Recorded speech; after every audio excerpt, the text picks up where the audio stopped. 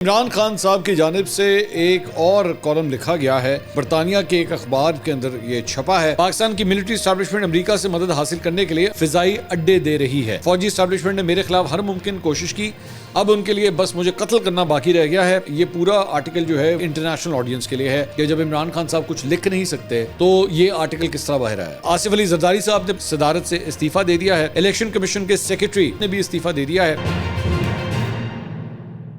السلام علیکم ناظرین، میں ہوں منصور علی خان، اپنے ڈیجیٹل چینل کے اوپر آپ کو خوش آمدید کہوں گا۔ ناظرین، عمران خان صاحب کی جانب سے ایک اور کالم لکھا گیا ہے اور بلکہ آرٹیکل لکھا گیا ہے، اور یہ آرٹیکل جو ہے وہ یو کے یعنی کہ برطانیہ کے ایک اخبار ٹیلی گراف کے اندر یہ چھپا ہے۔ اب ظاہری بات ہے، سب سے پہلے یہ آپ پہلے اس کا جو ہیڈ لائن ہے وہ دیکھ لیجئے۔ اس میں لکھا ہے جی all that's left for them now is to murder me but I'm not afraid to die. The former Pakistani Prime Minister writes exclusively for the Telegraph from his prison cell.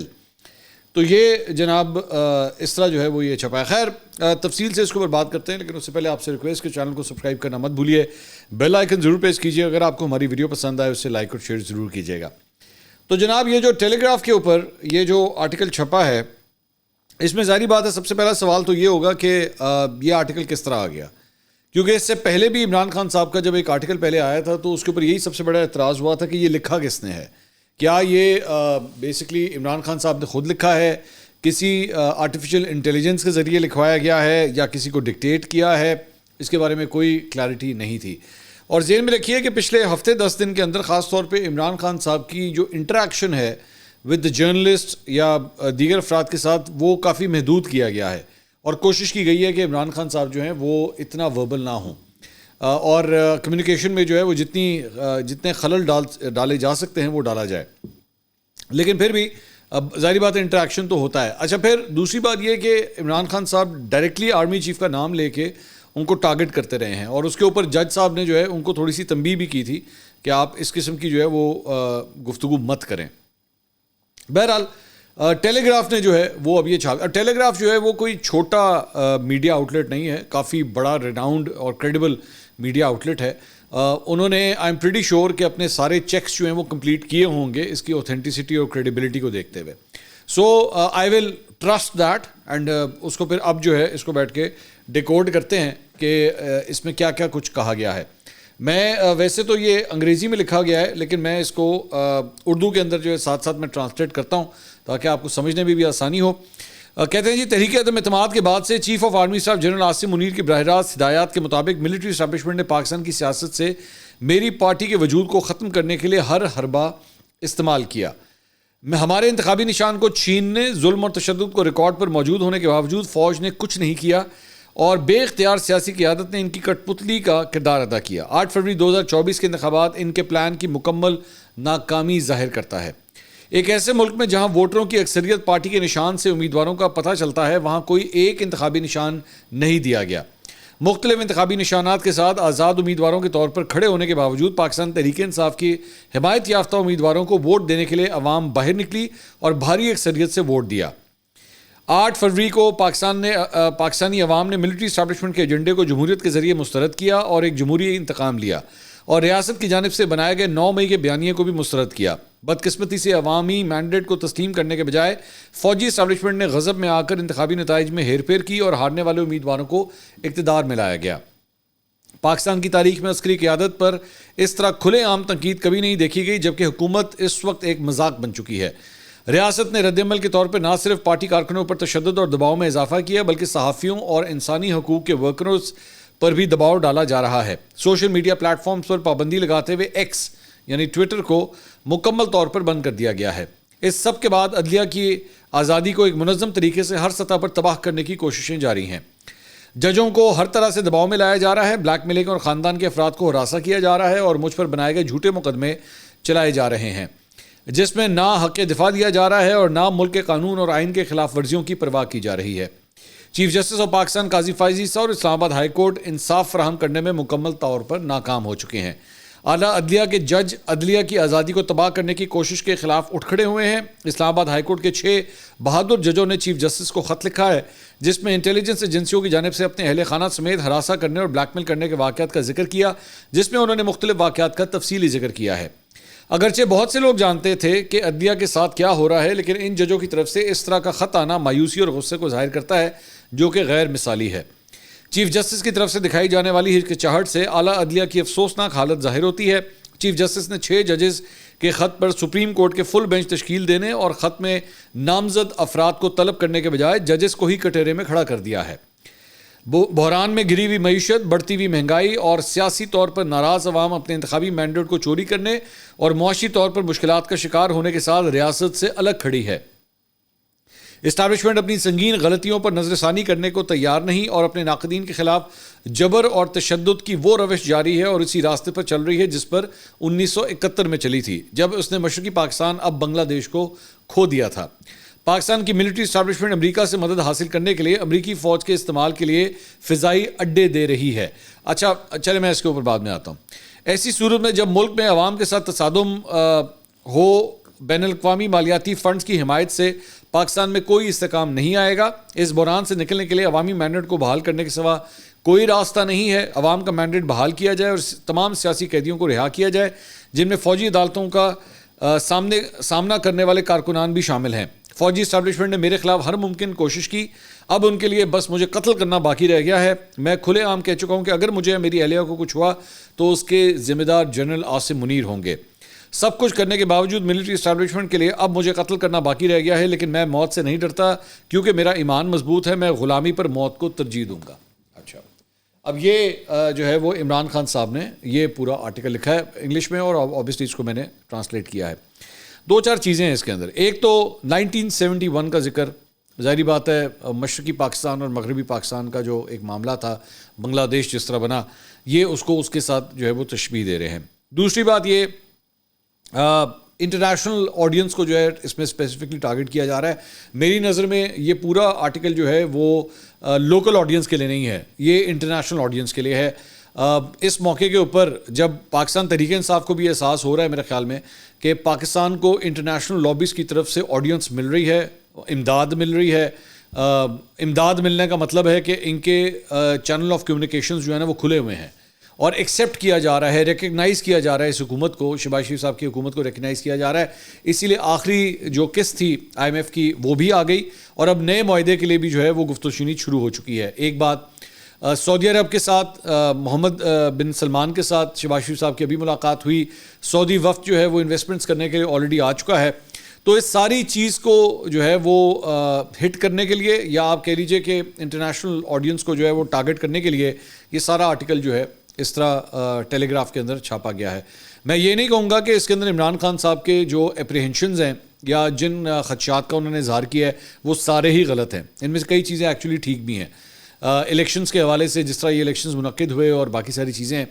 لیکن یہ والی جو بات ہے نا عمران خان صاحب کی کہ اب اگر ان کے لیے بس مجھے قتل کرنا باقی رہ گیا، یا جس طرح ٹاپ پہ لکھ رہے ہیں کہ all that's left for them now is to murder me, یہ عمران خان صاحب یہ والا کارڈ جو ہے نا پچھلے کئی سالوں سے استعمال کرتے آئے ہیں، خاص طور پہ جب سے ان کی حکومت گئی ہے تب سے لے کر اب تک بار بار جو ہے وہ اس ورڈ کو، اس پرٹیکولر سینٹینس کو کئی دفعہ استعمال کرتے ہیں۔ اور آبویسلی ایک پولیٹیکل لیڈر کی جو ہوتی ہے نا ایک سینٹیمنٹل اٹیچمنٹ ہوتی ہے اپنے فالوورز کے ساتھ، اور اگر آپ اس کو یہ کہہ دیں کہ جی مجھے قتل کر دیا جائے گا تو آٹومیٹکلی جو ٹون اور وہ جو اس بیانیے کی جو ایک ڈیپتھ ہوتی ہے نا وہ بڑھ جاتی ہے، وہ دل کو لگتی ہے جا کے ہائے قتل کرتا جائے گا، تو یہ چیزیں جو ہے وہ لگتی ہیں۔ تو اور یہ بھی نہیں ہے کہ پاکستان میں نہیں ہوا، اس طرح ہو چکا ہے، پاکستان میں کئی سیاستدانوں کو قتل کیا گیا ہے، محترمہ بے نظیر بھٹو، لیاقت علی خان اور اس طرح کے بہت سے لیڈرز ہیں۔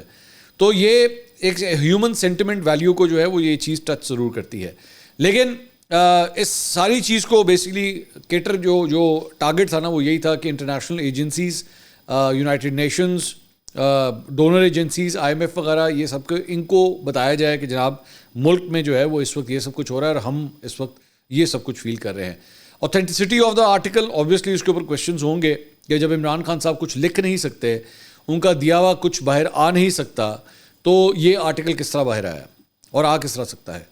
تو لیکن میں نے جب لاسٹ ٹائم بھی آیا تھا تو میں نے اس وقت بھی یہ بات کہی تھی کہ اگر لکھنے والا کہہ رہا ہے کہ جناب میرے الفاظ ہیں، چھاپنے والا کہہ رہا ہے کہ جی ان کے الفاظ ہیں، تو پھر تیسرا بندہ جو ہے اس کے اوپر کیا سوال کرے؟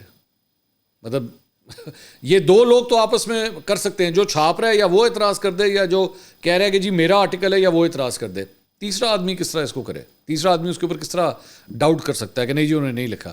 میرے خیال میں آج اگر آپ اس آرٹیکل کو لے کے کل کو عمران خان جب عدالت میں جائیں گے اور کوئی بھی صحافی ان کے پاس جائے گا اور وہ جا کے کہے گا بھائی جان یہ آپ نے لکھا ہے, وہ کہیں گے ہاں جی میں نے لکھا ہے, سمپل بات ختم ادھر ہی. تو اس کے اندر ڈائریکٹلی انہوں نے جنرل عاصم منیر کے اوپر, آرمی چیف کے اوپر ڈائریکٹلی الزامات لگائے ہیں. اور اینڈ میں مطلب میں اس کو دوبارہ پڑھ دیتا ہوں, انہوں نے کہا the military establishment has done all they could against me, all that is left for them is to now murder me. I have stated publicly that if anything happens to me or my wife, General Asim Munir will be responsible. یہ بات انہوں نے ویسے صحافیوں سے بات کرتے ہوئے آج سے ہفتہ پہلے 10 دن پہلے بھی کہی تھی. But I'm not afraid because my faith is strong. I would prefer death over slavery. تو یہ انہوں نے بات کی ہے. اچھا نیچے انہوں نے فٹ نوٹ لکھا ہے ٹیلی گراف نے, عمران خان از دا لیڈر آف پاکستان تحریک انصاف party, he is serving a person sentence for controversial corruption charges. یہ بھی ساتھ انہوں نے لکھا ہے کہ وہ اس وقت جیل کے اندر ہیں اور کیوں اس کے اندر جیل کے اندر ہے. اچھا ایک اور جو بات انہوں نے عمران خان صاحب نے کہی تھی امریکہ کو بیسز دینے کے حوالے سے, یہ بات پچھلے دنوں شیر افضل مروت نے بھی کہی, اور یہ بات جو ہے اسد کیسر صاحب نے بھی کل باہر جیل سے باہر آ کے میڈیا سے گفتگو کی. تو لگ اس طرح رہا تھا کہ یہ جیسے عمران خان صاحب جو ہے, اب مجھے سوال میرا یہ کہ عمران خان صاحب کو جیل میں بیٹھ کے کس طرح پتہ ہے کہ پاکستان نے امریکہ کو کوئی بیسز دی ہیں. دفتر خارجہ نے ایکچولی اپنی ہفتہ وار کل بریفنگ کی تھی اور انہوں نے کہا کہ پاکستان کسی بھی ملک کے خلاف کسی بھی ملک کو اپنے فوجی اڈے دینے کا کوئی ارادہ نہیں رکھتا. اس حوالے سے افواہیں بے بنیاد ہیں. پاک افواج کے حوالے سے بیرون ملک بیٹھے عناصر کی منفی مہم کے معاملے پر ہم اداروں اور آفیشلز کے خلاف ایسی ٹرولنگ کی مذمت کرتے ہیں. بے بنیاد اور جھوٹی مہم بند ہونی چاہیے. یاد رہے کہ ایک ہفتہ قبل پی ٹی آئی رہنما عمر ایوب نے قومی اسمبلی میں خطاب کرتے ہوئے دعویٰ کیا تھا کہ نگراں حکومت یا اس حکومت نے 2 فوجی اڈے امریکہ کو دے دیے ہیں. ہم اس کی وضاحت چاہتے ہیں. یہ کافی تشویشناک بات ہے اور حکومت کو ایوان میں وضاحت دینی چاہیے کہ امریکہ کو اڈے دینے کا فیصلہ کس نے کیا ہے. تو بعد میں اس کے بعد شیر افضل مروت اور اسد کیسر نے بھی جو ہے اس الزام کو دہرایا تھا. لیکن کہاں پہ بیسز دی ہیں, کون سی بیس دے دی ہے؟ مطلب یہ بیس ہے, یہ کوئی بھیرا کا سٹاپ نہیں ہے, کلر کا ہر کا سٹاپ نہیں ہے کہ آپ جب دے دیں گے تو پتہ نہیں لگے گا, پتہ لگ جائے گا. یہ چیز چھپی نہیں رہ سکتی کہ جناب یہ کوئی air base, we talking about an air base. یار ایئر بیس کا مطلب ہوتا ہے پورے ایک ایئرپورٹ کے برابر کا ایریا. تو یہ چیزیں ڈھکی چھپی نہیں رہتی کہ آپ نے یہ کسی اور ملک کو دی ہوئی ہیں کہ نہیں دی ہوئی ہیں. تو بہرحال یہ ایک دفتر خارجہ تو اس بات کو ٹوٹلی جو ہے وہ ڈینائی کر رہا ہے. اس کے علاوہ جرنلسٹ ہیں زبیر علی خان, پاکستان تحریک انصاف کے اوپر جو ہے وہ بیٹ رپورٹنگ کرتے ہیں. انہوں نے کہا ہے کہ جی چیئرمین پبلک اکاؤنٹس کمیٹی کا فیصلہ تاحال نہیں ہوا ہے. کل عمران خان سے دوبارہ اس معاملے پر مشاورت ہوگی. بیرسٹر گوہر اور دیگر رہنماؤں کی باتوں میں تضاد ہے, اس لیے تصدیق کل دوبارہ کی جائے گی. شیر افضل مروت صاحب نے اس کے اوپر جو ہے ان کو ٹیگ کر کے ٹویٹ کیا. انہوں نے کہا محترم آپ نے میرے مخالفین کے کہنے پر جھوٹی خبریں لگائیں. اب یہ ایک صحافی کے اوپر اتنا بڑا الزام لگا رہے ہیں. میں تعریف کروں گا اگر آپ اپنے دعوے کے بارے میں عوام کو آج کی پیش رفت کے بارے میں اپڈیٹ کر سکتے ہیں. اگر آپ کے پاس کوئی اپڈیٹ نہیں ہے تو اس کا مطلب یہ ہوگا کہ آپ کو استعمال کیا جا رہا ہے اور آپ کی خبریں جھوٹی اور غیر سنجیدہ تھیں. صحافی کو کٹ پتلی کے طور پہ کام نہیں کرنا چاہیے. اچھا اس میں یہ زبیر علی خان نے ہی وی نیوز کے اوپر یہ ادھر ایک کام کرتے ہیں, تو وہاں پہ انہوں نے اپنی سٹوری جو ہے وہ جو لکھی وہاں پہ وہ میں آپ کے ساتھ شیئر کر دیتا ہوں. انہوں نے کہا جی قومی اسمبلی میں چیئرمین پبلک اکاؤنٹس کمیٹی کی سربراہی کا معاملہ تاحال حل نہیں ہو سکا. سابق وزیر اعظم عمران خان نے چیئرمین پبلک اکاؤنٹس کمیٹی کے نام پر پارٹی میں اختلافات کے باعث معاملہ سینیٹر شبلی فراز کے سپرد کر دیا ہے. ذرائع کے مطابق اڈیالہ جیل میں سابق وزیر اعظم عمران خان سے جمعرات کو ہونے والی ملاقات میں ایک بار پھر چیئرمین پی اے سی کا معاملہ زیر بحث آیا, جس میں ایک رہنما کی جانب سے شیر افضل مروت کو چیئرمین پبلک اکاؤنٹس کمیٹی نامزد کرنے کی شدید مخالفت کی گئی. ذرائع کے مطابق سابق وزیر اعظم عمران خان کو شیر افضل مروت کے نام پر پارٹی میں پائے جانے والے اختلافات سے آگاہ کیا گیا, جس کے بعد سابق وزیر اعظم عمران خان نے چیئرمین پبلک اکاؤنٹس کمیٹی کا سربراہ نامزد کرنے کا اختیار سینیٹر شبلی فراز کے سپرد کر دیا. دوسری جانب ذرائع نے بتایا کہ سینیٹر شبلی فراز نے چیئرمین پبلک اکاؤنٹس کمیٹی کے لیے نام فائنل کرنے کے لیے وقت مانگ لیا. ذرائع کا کہنا ہے کہ سینیٹر شبلی فراز پارٹی کے سینئر رہنماؤں سے اس عہدے کے لیے مختلف ناموں پر غور کریں گے, جس کے بعد عمران خان سے ملاقات میں منظوری لی جائے گی. ذرائع کا دعویٰ ہے کہ صاحبزادہ حامد رضا کی جانب سے پبلک اکاؤنٹس کمیٹی کی سربراہی لینے سے انکار کے بعد شیخ وقاص اکرم چیئرمین پی اے سی کے لیے مضبوط امیدوار ہیں. ذرائع کا کہنا ہے کہ سینیٹر شبلی فراز پارٹی میں اختلافات کو ختم کرنے کے لیے مشاورت کے بعد حتمی فیصلہ کریں گے, جس کی منظوری عمران خان سے لی جائے گی. تو شیخ وقاص اکرم کا نام جو ہے ایک دم بیچ میں فلوٹ ہوا ہے, and I think that's a very good name. مطلب میں شیخ وقاص اکرم صاحب کے ساتھ میں نے کئی پروگرامس کیے ہیں ابھی, بلکہ میرے ریسنٹلی وہ میرے پروگرام کے اندر آئے ہوئے تھے, and he talks quite sensibly. تو میرے خیال میں he could be a very good choice, لیکن اوبیسلی یہ decision end of the day Pakistan Tehreek Insaf کا ہے کہ وہ کس کو چوز کرتے ہیں. اس کے علاوہ جناب علی امین گنڈا پور صاحب کل پریس کلب گئے ہوئے تھے اور وہاں پہ انہوں نے خطاب کیا ہے. کہتے ہیں کہ جی ہم اپنا حق مانگیں گے, اسے کوئی خیرات نہ سمجھے, میں اپنے صوبے کا حق لے کر رہوں گا, گھوڑ سوار ہوں, گھوڑے جیسے جانور کو قابو کرتا ہوں. وفاق کو پیغام دیتا ہوں کہ ہمارا حق لینے کی بات کو ہلکا نہ لیں, اگر حق نہیں دیں گے تو وفاق بھی اسلام آباد میں چین سے نہیں بیٹھے گا. میں اپنے صوبے کے حق کے لیے کسی بھی قربانی سے دریغ نہیں کروں گا, اپنے صوبے کا حق لے کر رہوں گا. اپنا حق زبردستی لیا تو پھر وفاق کو کوئی شکریہ بھی ادا نہیں کروں گا. عمران خان کے ساتھ ماورۂ آئین اقدامات ہوئے, سابق وزیر اعظم جیل سے باہر آئیں گے تو ملک میں قانون کی حکمرانی قائم ہو سکے گی. ریٹرک گفتگو زیادہ جو ہے نا, یہ ریٹرک گفتگو ہے. تینوں بھی نہیں چین تو بیٹھن دواں گا, یہ بھی ہو جائے گا, میں نہیں چھوڑوں گا, ساری ریٹرک گفتگو ہے. اس کے اندر کوئی دم خم ان ساری باتوں میں مجھے نظر نہیں آتا. اچھا جی, کیونکہ میں ماضی میں بھی دیکھ چکا ہوں نا, میں ماضی میں ان کے سارے میں نے یہ اس قسم کی نا یہ اس قسم کی جو ٹاک ہے, یہ جلسوں کے اندر آگے کراؤڈ بیٹھا ہو, میں نہیں یہ ہو جائے گا, وہ کر دیں گا, میں نہیں چھڈاں گا, گبر سنگھ آ گیا, یہ دیکھی ہوئی ہے پہلے بھی بہت سی اس طرح کی باتیں دیکھی ہوئی ہیں. تو آپ اٹک کا پل کراس کر کے دکھائیں. آپ یہ بار بار جو بات کرتے ہیں نا, آپ ذرا اٹک کا پل کراس کر کے دکھائیں. اس سے پہلے میرے خیال میں گورنر رول لگ جائے گا آپ کے صوبے کے اندر, اگر آپ نے کوئی اس طرح کی حرکت کرنے کی کوشش کی. یہ پہلے بھی کہہ چکے ہیں اس قسم کی باتیں. اچھا جی, اس کے علاوہ شاندانہ گلزار صاحبہ نے جو پاکستان تحریک انصاف کی رہنما ہے, انہوں نے گفتگو کی. انہوں نے کہا جسٹس بابر ستار کو پچھلے 25 سال سے جانتی ہوں, اخباروں میں اور فیس بک پر ہمیشہ بانی پی ٹی آئی کے خلاف لکھتے تھے. ایک زمانے میں وہ نون لیگ کے ووٹر تھے. یہ ضروری نہیں کوئی نون لیگ یا پی پی پی کا ووٹر ہو اور سارے ہی چور ہوں. نون لیگ میں بھی سلجھے ہوئے لوگ ہیں مگر وہ لیڈرشپ میں نظر نہیں آئیں گے. جسٹس بابر ستار نے مجھے اور شریر آفریدی کو بطور justice of the high court relief دیا. انہوں نے بطور پرسن بابر ستار ریلیف نہیں دیا, ان کی ڈیوٹی ہے, انہوں نے حلف اٹھایا ہے. بانی پی ٹی آئی ہمیشہ اصولی لوگوں کو پسند کرتے ہیں. ہو ہی نہیں سکتا تھا کہ بابر ستار ہماری حکومت میں ہماری مرضی کے بغیر ہائی کورٹ کے جج بنتے. اس کے علاوہ جناب حماد اظہر صاحب نے بھی ایک ٹویٹ کیا. انہوں نے کہا ضروری اعلان, لوگوں کو اغوا کر کے تشدد کرنا, جعلی پرچے کرنا, ہزاروں گھر توڑنا, سابق وزیر اعظم پر قتل کی ایف آئی آر نہ ہونے دینا, فارم 47 کے ذریعے مینڈیٹ پر ڈاکہ ڈالنا, عدلیہ کو ہراساں کرنا, لوگوں کے بیڈ روم میں کیمرے لگانا, یہ سب کچھ آج سے آئینی حدود کے اندر رہنا کہلائے گا. یہ بیسکلی انہوں نے آرمی چیف کو لگائی ہے. آرمی چیف نے کل جو ہے وہ رسال پور کے اندر ایئر فورس کی ایک تقریب سے خطاب کیا تھا اور انہوں نے اس کے اندر یہ بات کہی تھی کہ ہمیں پتہ ہے کہ ہم اپنی آئینی حدود ہماری کون سی ہے اور ہم اس کے اندر کام کر رہے ہیں, اور جو لوگ آزادی اظہار رائے کے اندر جو ہے آئینی خلاف ورزیاں کرتے ہیں, قانونی خلاف ورزیاں کرتے ہیں, وہ ہمیں نہ بتائیں, وہ ہمیں سبق نہ سکھائیں کہ آئینی حدود جو ہیں وہ کیا ہوتی ہیں. تو یہ بیسکلی حماد اظہر صاحب نے آرمی چیف کو جو ہے وہ بیسکلی یہ ان کا نام لیے بغیر, پتہ میری سمجھ سے باہر نام کیوں نہیں لیتے, نام ہی لے دیں. اب جس طرح عمران خان صاحب اگر کہہ رہے ہیں تو نام لے کے کہہ رہے ہیں نا, ڈائریکٹ اختلاف کر رہے ہیں, آپ نام ہی لے دیں, کم از کم نام کیوں نہیں لیتے. اچھا جی, اس کے علاوہ اسحاق ڈار صاحب ڈپٹی وزیر اعظم بنے ہیں بلکہ, تو ان کی تعیناتی کا نوٹیفکیشن سندھ ہائی کورٹ میں جناب چیلنج کر دیا گیا ہے. یہ درخواست جو ہے طارق منصور ایڈوکیٹ ہیں ان کی جانب سے دائر کی گئی ہے. Chief justice Sindh high court Aqeel Ahmed Abbasi کی سربراہی میں عدالت نے کا 2 رکنی بینچ جو ہے وہ آج اس کیس کی سماعت کرے گا. درخواست گزار نے موقف اختیار کیا کہ آئین میں کہیں نائب وزیر اعظم کے عہدے کا ذکر نہیں ہے. فیڈرل گورنمنٹ کے رولز آف بزنس میں بھی نائب وزیر اعظم کا کوئی ذکر نہیں ہے.